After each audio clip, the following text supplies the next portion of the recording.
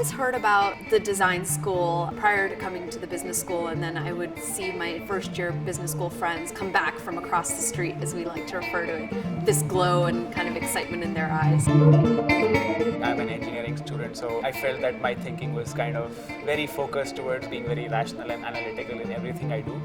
So I kind of wanted a different perspective on things. The boot camp class at the D-School is the kind of introduction to our way of thinking. It teaches students how to have creative confidence around our methodology, which we call design thinking. It teaches them to be empathetic, and it teaches them how to have impact on the world.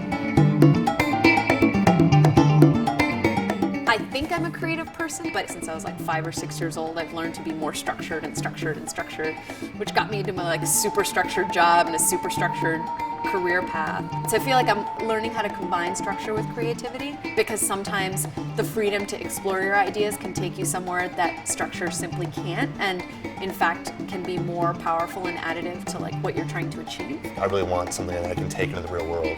To be able to work with real partners just kind of made that more evident, like more urgent. Then you get to your first project, and that's when just the depth of your insights, that's what really changes. At least within this process, you need to like max out your creativity, but you also need to stay focused on the problem at hand.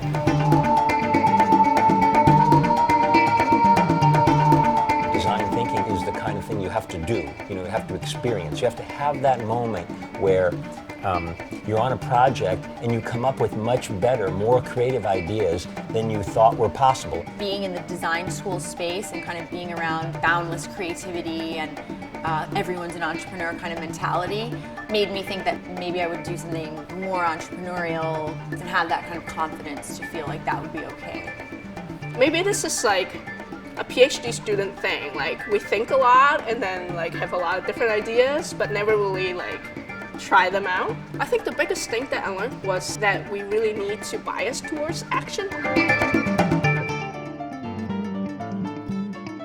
I very, very much value being able to work alone, but this class showed me how much stronger a project can be if you have multiple viewpoints coming in and actually on the entire process. Going forward, I probably will be more willing to collaborate in much deeper ways. I've let go of some of my fears.